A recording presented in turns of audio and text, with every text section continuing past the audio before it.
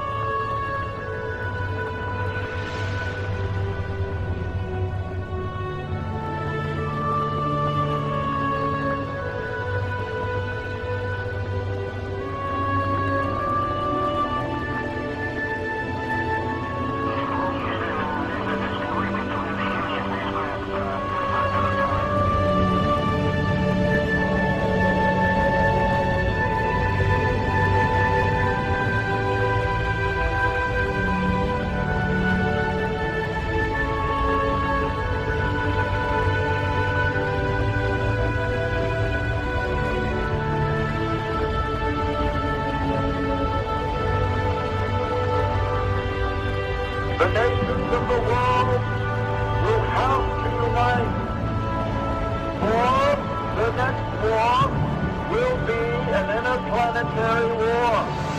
The nations of the earth must someday make a common front against attack by people from other planets.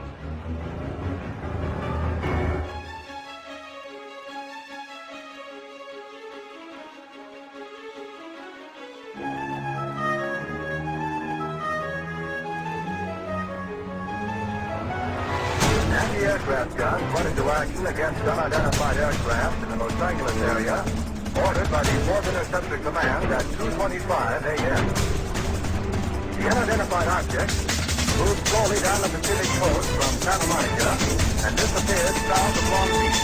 Searchlights closely followed the object down the coast and kept it centered in their threat.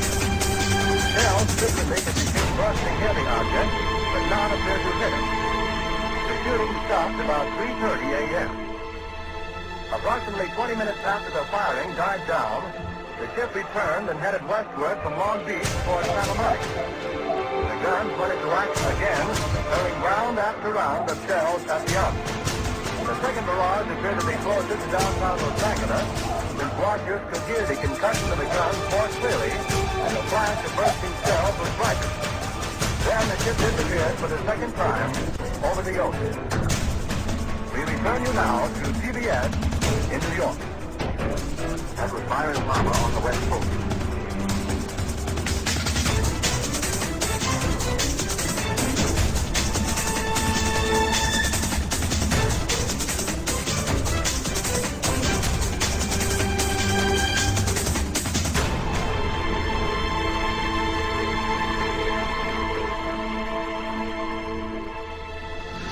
The Battle of LA was the first time that our military actually fired upon a UFO.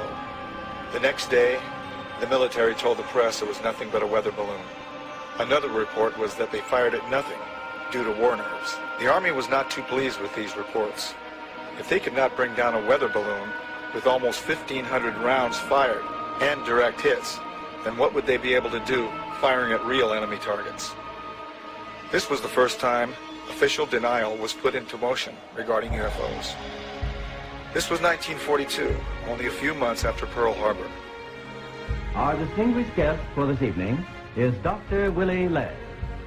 Well, now, is our own government, our own Defense Department, taking the flying saucer reports seriously? They have to. After all, the Air Force, which is the one which is investigating, is charged with the defense of our skies. So if there's anything in the skies which they don't know and cannot account for, it makes them understandably uneasy. Major Donald E. Kehoe, a retired Marine Corps officer, insisted that the Air Force knew more than it was telling. We are being observed by some type of device which is ahead of us, far ahead of us, and is probably controlled by a highly advanced superior civilization. It has reached the point where many people in the Air Force have the same conclusion. In fact, the Air Force at one time had a top-secret estimate that these things were interplanetary spaceships. Right now, if you report having seen a flying saucer, you open yourself up to ridicule, too, which is something which is deplored by the Air Force. In other words, members of our audience who might, for one reason or another, see a flying saucer can make the reports to the Air Force and be rendering a service now, yes, not invite ridicule. Yeah. Instead of being a subject for ridicule and a big joke, actually is a serious matter which could affect the lives of all of us. Actually, most people who report a UFO sighting are patriotic citizens who have been mystified by something that they've seen, and through a patriotic sense, report it to the local law enforcement officials or to the United States Air Force base near them. The first reports were brought in by quiet and sober citizens, like Frank Manor. I looked north of me, and there looked like a falling star. The air was red, and kind of coming down, and on about a 45. And so then I watched it, and I was going to see if it landed, and then maybe go down and see what it was. And when it got to the top of the trees, it stopped, and a blue and a white light come on. And I looked at it, and I thought I was seeing things. Frank Manor's UFO remained over his swamp for more than 4 hours. His children saw it, his in-laws saw it, residents of the area saw it. I saw it looked to be shaped like a pie. I could see the front of it, and I just saw the round front, and I could see the light on either side. I just wanted to stay there and keep my eyes glued to it. I couldn't leave. But I can't fathom it because it seems so unreal. William Van Horn, Hillsdale's undertaker and civil defense director, also spotted the UFO and was with his Geiger counter the next day. checking a mysterious perfect circle where the UFO had been seen.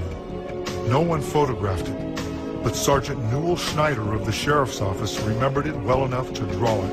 Oh, it moved very rapidly at any speed or rather any direction it wanted to go. Why it could change and go to the right or the left or go crossways without hesitating a bit.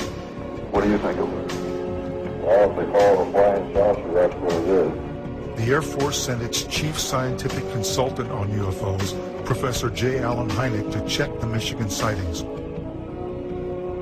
Dr. Hynek agreed that the good citizens of Michigan had seen something in the marshlands. He thought they had seen marsh gas. They, as children on the farm, had many experiences with swamp lights, and that this was obviously the thing that it was, and they couldn't understand why the people in Michigan got so excited over swamp lights. Dr. Hynek's belief in marsh gases was not exactly welcomed by Ann Arbor Sheriff Douglas Harvey, who had some interesting things to tell me. Because if he's going to say it's marsh gases, I'll tell you now, in all due respect to Professor Hynek, he's all wet. I think this is a Florida deal, because last night he was in my office, and this is what my statement will contain, and at 11 o'clock he had no statement whatsoever to make.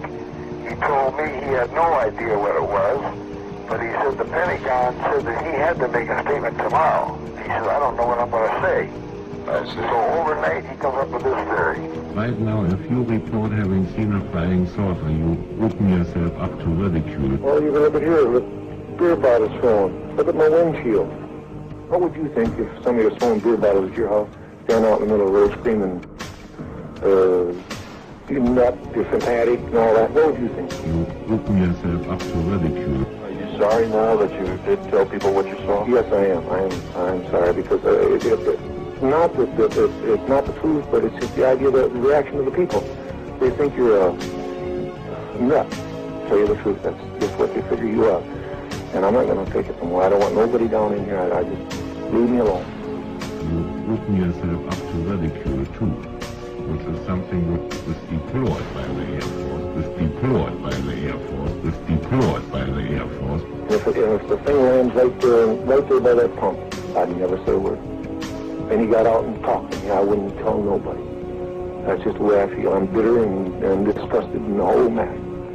According to the United States Air Force, in following a policy which is set probably fairly high in the Pentagon, there are about 250 or 300 extremely incompetent airline and military pilots in this country. The airlines let them continue to fly even though they have reported UFOs. The Air Force has been accused from time to time of hiding information about UFO. What do you have to say to that kind of happening? Well, these charges are absolutely untrue. We have not been hiding anything. This is not an attack on the Air Force spokesman or the project spokesman.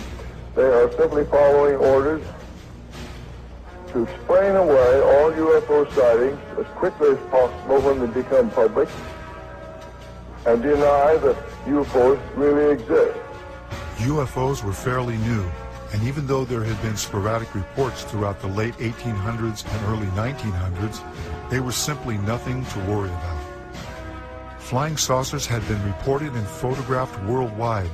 They were not an issue because the sightings, although seen by pilots and close to Army bases, did not seem to pose any kind of threat. They were simply passed off as strange lights or sightings of atmospheric and weather anomalies by untrained civilians who were seeing things that were easy to explain. After the attack on Pearl Harbor, it became apparent that our military needed to control who or what flew into our airspace. Radar was the newest technology for detecting anything in our skies that was not acknowledged to be our aircraft. The Battle of LA was an example of an unknown aircraft that was immune to all that our anti-aircraft guns could deliver. Nothing could bring this one object down. What was our military going to do to control this unknown threat? What would happen if the public found out these things were real and there was nothing we could do to stop them? The only solution was to deny that there was any kind of threat from something we had no control over, something we could not stop.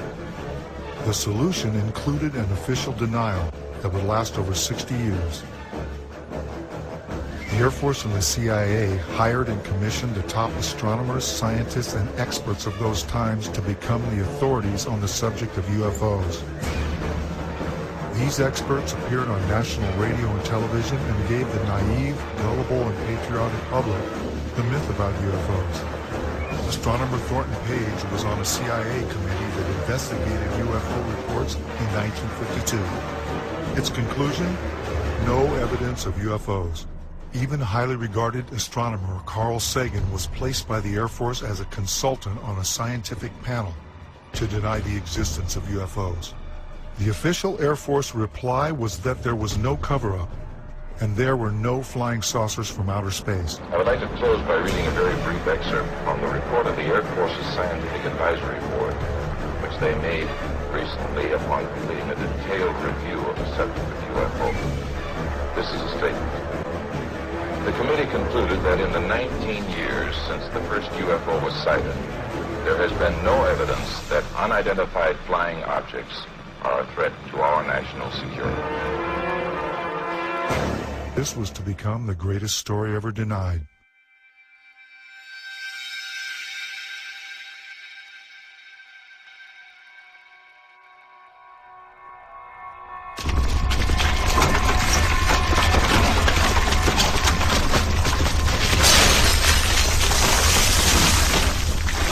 Like many other people in Los Angeles, my brother and I were devastated by the Northridge earthquake. I was awake that morning making final edit decisions on a film that we had been working on for the past year. Our film and video editing studio was destroyed, so we had to finish cutting the film at one of the labs in Burbank. We didn't realize that the earthquake was only the beginning of what would become one of the many life-changing events that were about to unfold. We decided to go home and visit our family for a while before coming back and starting all over again. We went back to Roswell, New Mexico, which is our hometown, and a couple of months later we filmed the first broad daylight footage ever taken of UFOs over the Roswell area.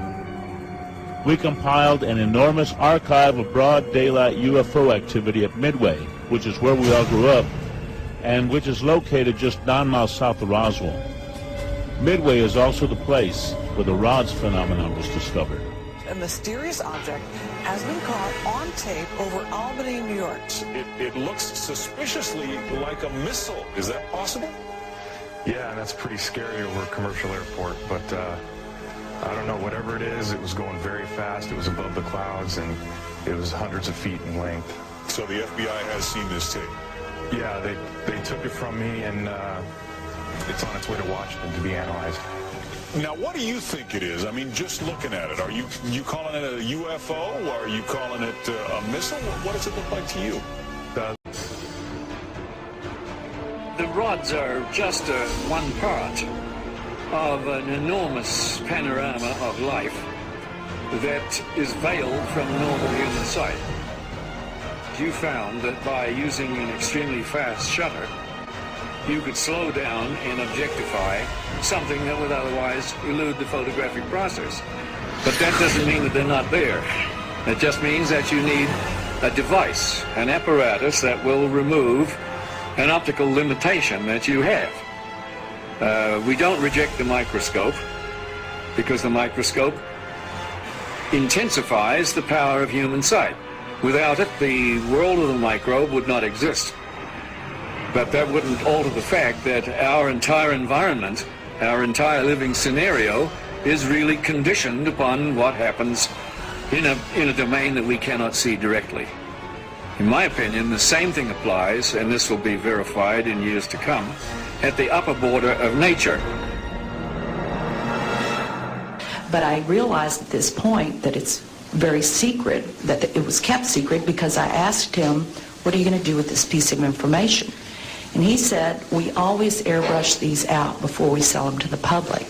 So they're pesky little creatures appearing on this photograph they wanted to get rid of. This is a fact of the matter. We were really not sure after John flew whether or not there were critters, living critters out there somewhere. Critters that were captured by NASA on that mission STS-75 in 1996.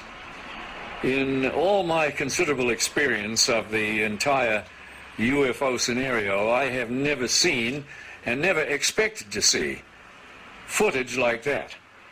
And least of all did I expect to see it on film that, or tape that had been exposed by the government in a NASA mission. The shuttle Columbia in this mission was equipped with a very sophisticated and expensive ultraviolet camera. It was sensitive to the near ultraviolet. And when they were up at 300 miles above the atmosphere, they launched from the Columbia a small satellite with a tether. Not long after it was launched from the Columbia, the tether broke. We'll record steadily the whole break and coil back to the tether. Copy, Claude. Here we go.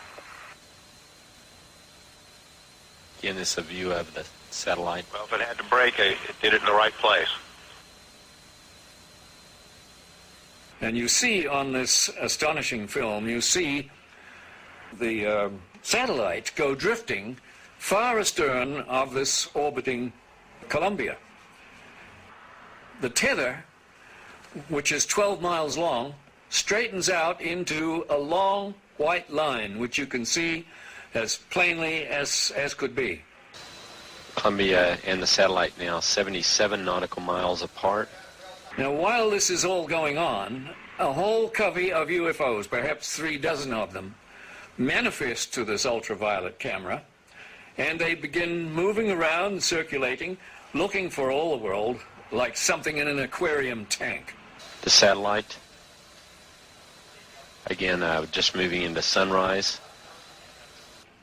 Now, Houston, of course, down on the ground, is getting this feed from the Columbia, and they ask the astronauts in the shuttle, what can they see? What is it they can see? You guys getting the image?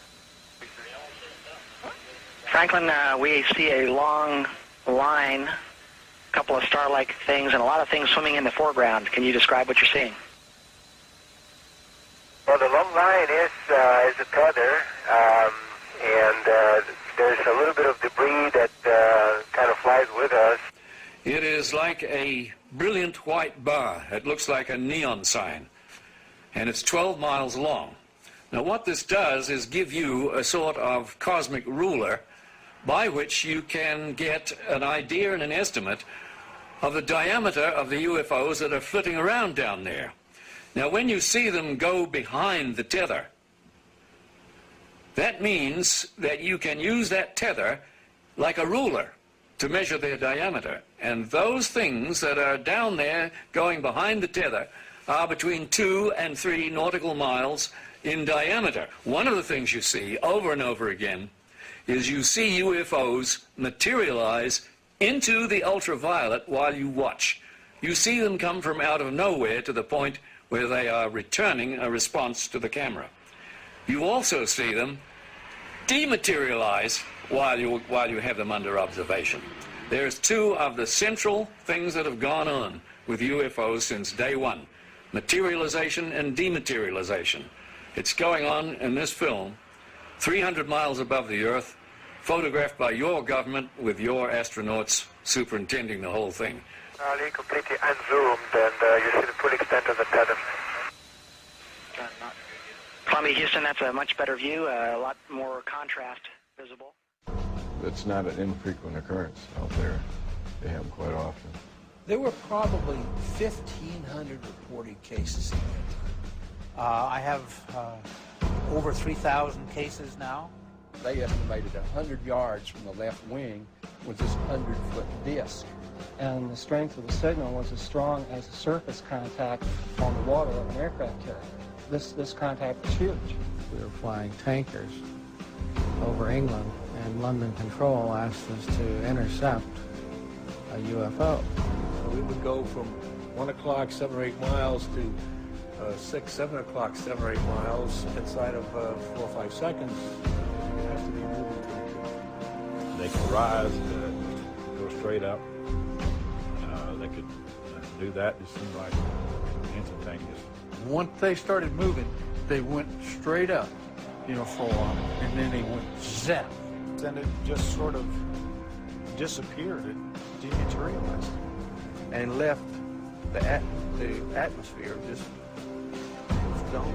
It just took off into space. It just left in high school. There had been ET visitation. There had been crashed craft. There had been material and bodies recovered. I didn't want to look at it any longer than that because I felt that my life was in jeopardy. I was beaten, literally hidden in the ribs and pushed, and I was resisting. And I know Sergeant Bustinza was doing the same thing. He said, "You are never to speak of this again.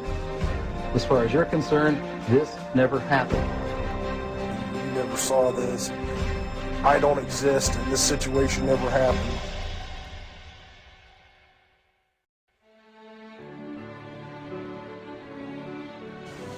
We are here today to disclose the truth about a subject that has been ridiculed and questioned, denied for at least 50 years.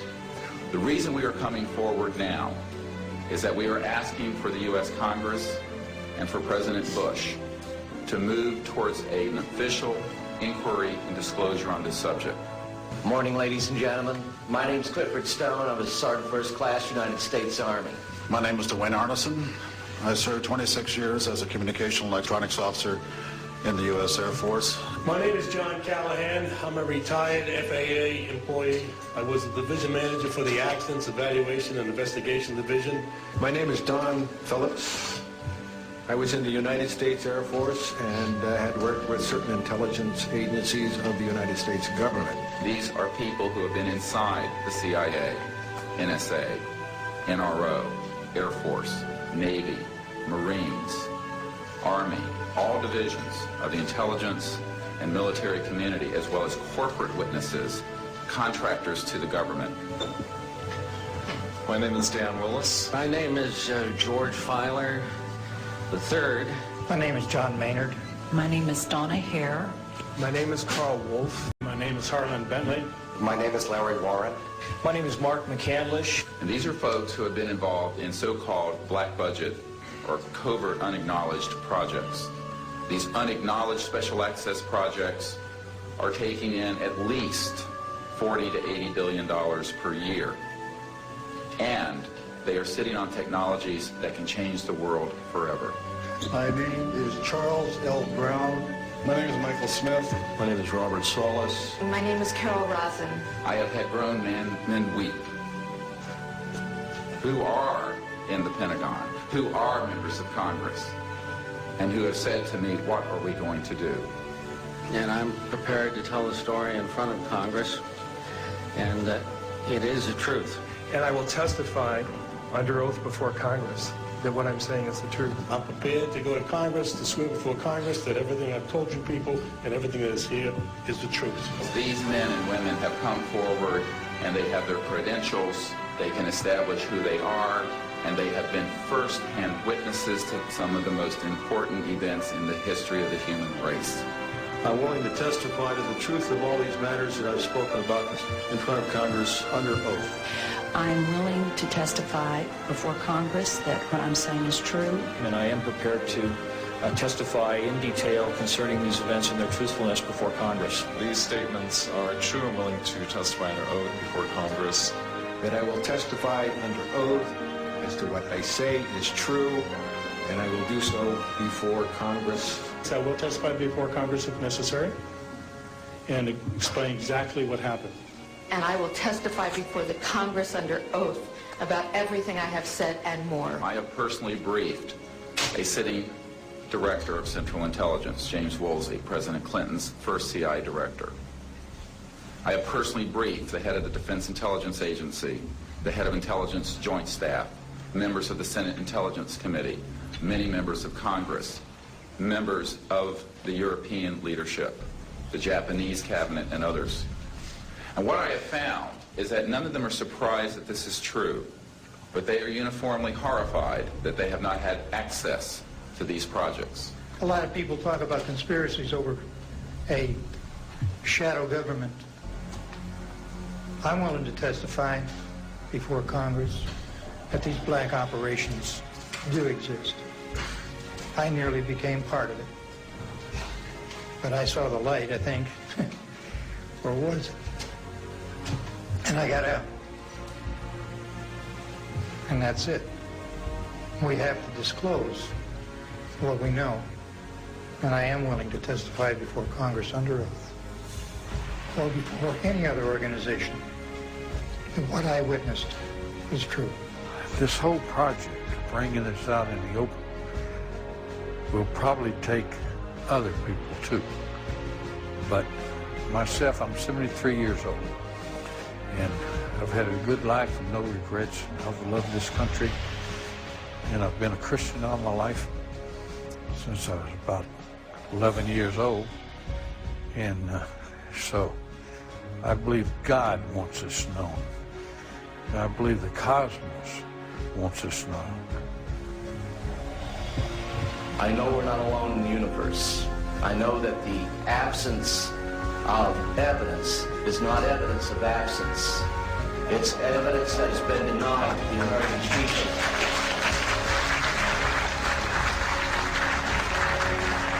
I stand before you today in my almighty God, and I tell you this. If Congress calls me in and says, will you testify in detail what you know, I stand here today prepared and ready to do just that.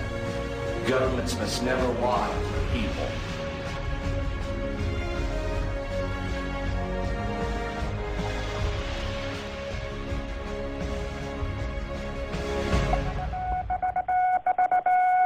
Headline edition, July 8, 1947.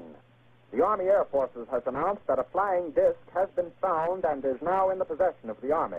Army officers say the missile, found sometime last week, has been inspected at Roswell, New Mexico, and sent to Wright Field, Ohio, for further inspection.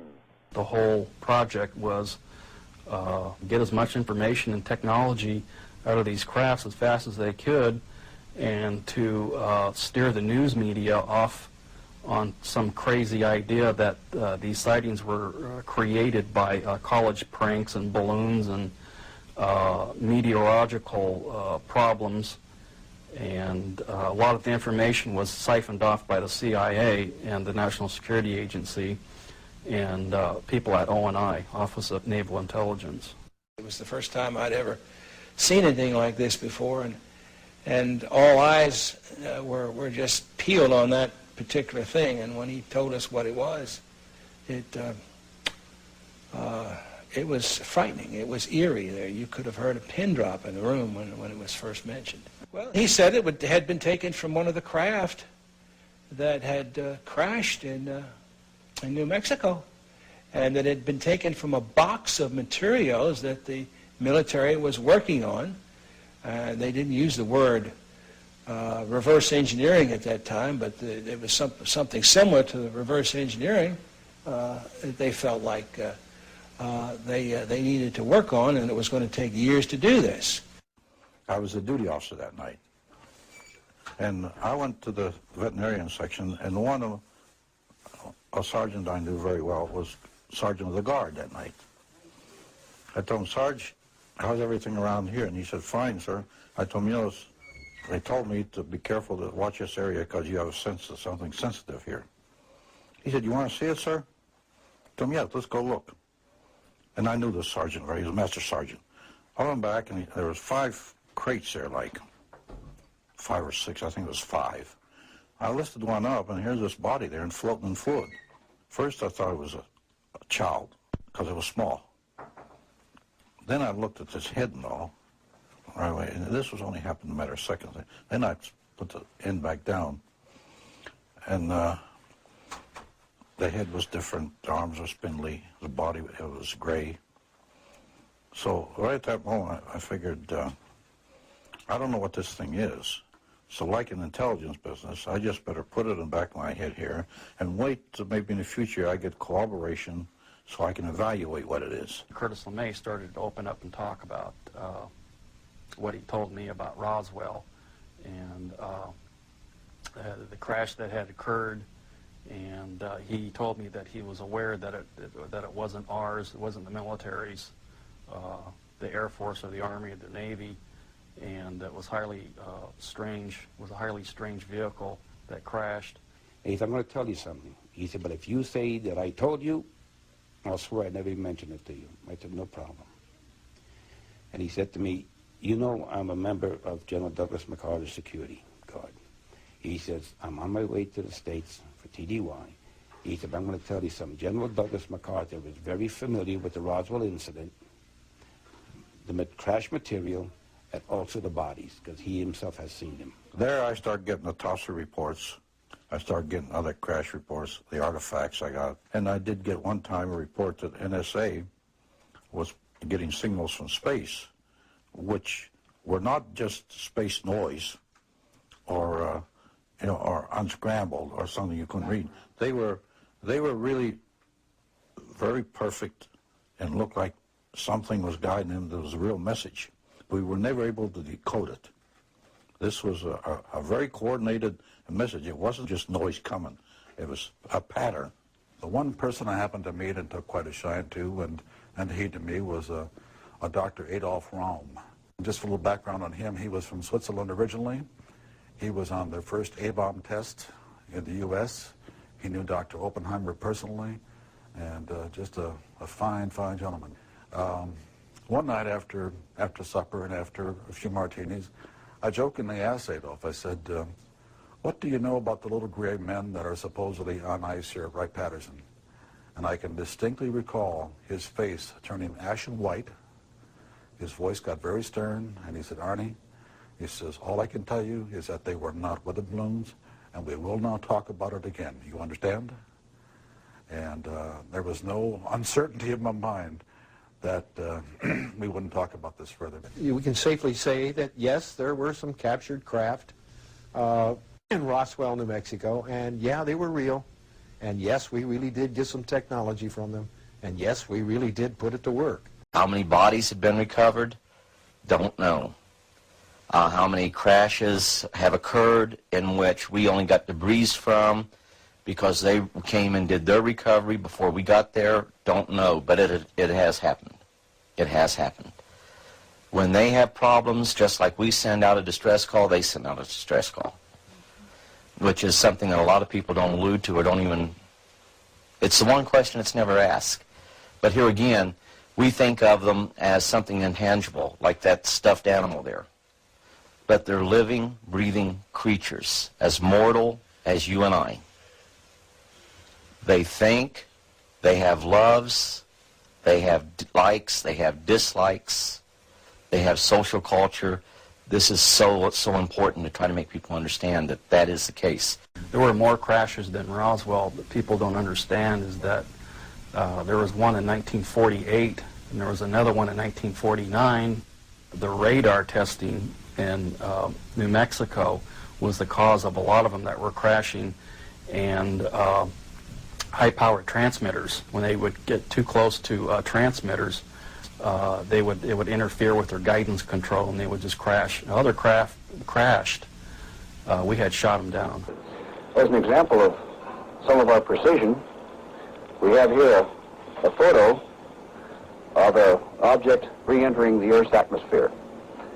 Through our programs, we were able to predict a precise time that this was going to happen and notified a particular agency who then went out with a camera and was able to obtain this photograph. What altitude?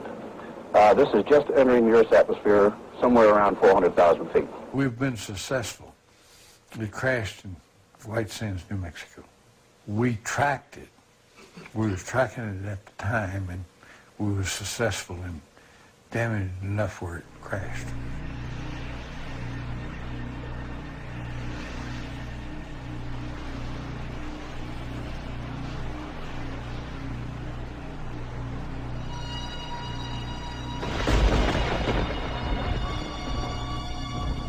I can verify, corroborated by the people that I have worked with and do work with now. I had a comment that was really funny at that particular point. I didn't really connect it with anything until later. He says, "You have no idea at all what we're about, do you?" And I told him, "No, sir, I don't." He says, "Well, someday the technology will be out there that has been totally back-engineered." Went right over my head at that particular point. When we gave the information out, we gave it out, and and insisted they take the patents. But also we put a little bit of a requirement on that. Requirement, feed it back to us for the competitive edge of the Army. Take the patents, make all the money you want, but give it to the American people and give it to the world. The Japanese, they interviewed me, and I told them when we put the integrated circuit out, we also gave it to you. Also had fiber optics laying there. They didn't know what these things were. They figured they were wires of some sort, but didn't know how they operate.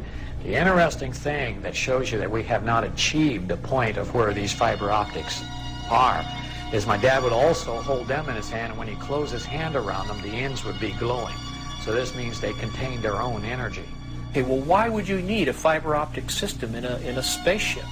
Well, okay, if suddenly everything in the vehicle suddenly becomes mass canceled, and even the electrons become mass canceled, it means that all of the telemetry that's going through your system is going to go out of haywire. It's going to be like suddenly the system goes through a phase change and everything's superconducting. Why use fiber optics? Because photons have no mass, supposedly. So they're unaffected. So it means that any information, any telemetry that you send back and forth to your computer, it doesn't matter if the computer functions at a superconducting level because it just makes it faster, more efficient, smarter. But you want to be able to control the aircraft so it doesn't crash. What's the best way to do it with fiber optics? A second innovation involves the delicate task of monitoring composite surfaces against pressure, stress, strain, and chemical decomposition. This is often achieved through a series of Bragg rating sensors located along lengths of fiber optics which are embedded into composite materials. However, NASA has increased the sensing locations exponentially from what is currently available. Applications for the macrofiber composite are almost limitless.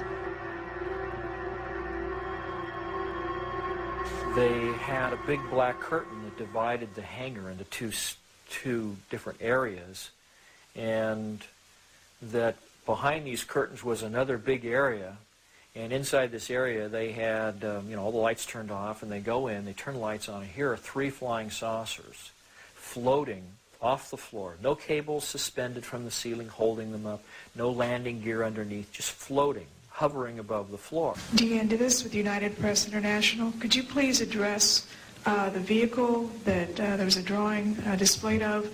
Why would this vehicle be on display at an air show? We said there were 3 vehicles. The first one, the smallest one, the one was partially taken apart, the one that was shown in the video that was running in this hangar, November 12, 1988 at Norton Air Force Base, was about 24 feet in diameter at its widest part, right at the base of that flange. In a few instances, I can say there are clearly over-unity electromagnetic devices, things that produce more electrical energy out than in. This is an alien reproduction vehicle, and just to be clear, this means that it is based on advanced anti-gravity and zero-point energy propulsion systems. The next biggest one was 60 feet in diameter at the base. There are corporations such as SAIC, Lockheed Martin, Northrop, and others that deal specifically with advanced energy and propulsion systems connected to UFOs.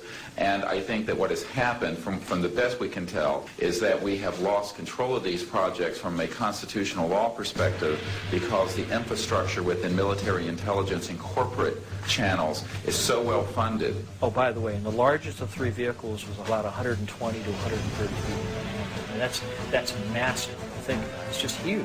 The reason it's called alien reproduction vehicle is that it's based on the study of extraterrestrial vehicles, but it is manufactured by human military intelligence, aerospace contracting arrangements. We are not in Kansas anymore.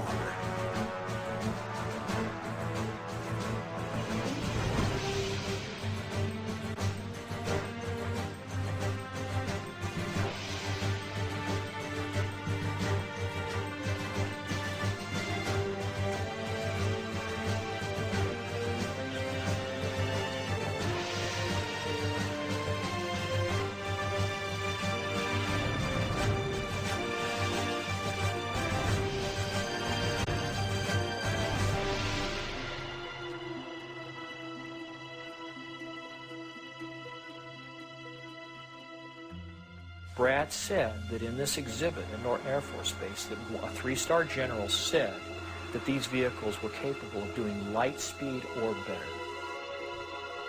I think they made a mistake at Roswell. Rather than admitting it, they covered it.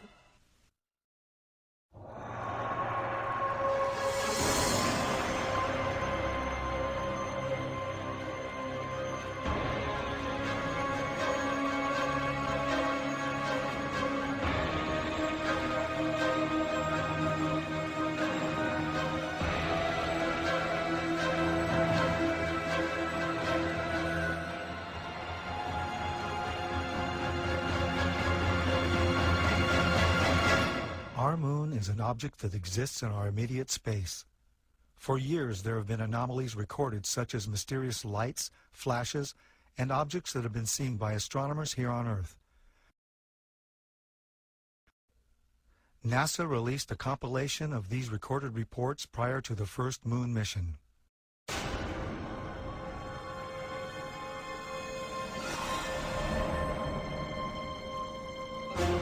Gemini 70, are you looking on your 8? Left clear, 7, go ahead. Approach you at 10 o'clock high. This is Houston, say again, 7? I said we have approach you at 10 o'clock high. Roger. Building control here again. The reference in that conversation was bogus. It was Borman who reported citing the bogus. This is Gemini Control Houston at 4 hours, 24 minutes into the flight. Well, as far as the moon is concerned, I think they found when they got up there that there was already somebody there.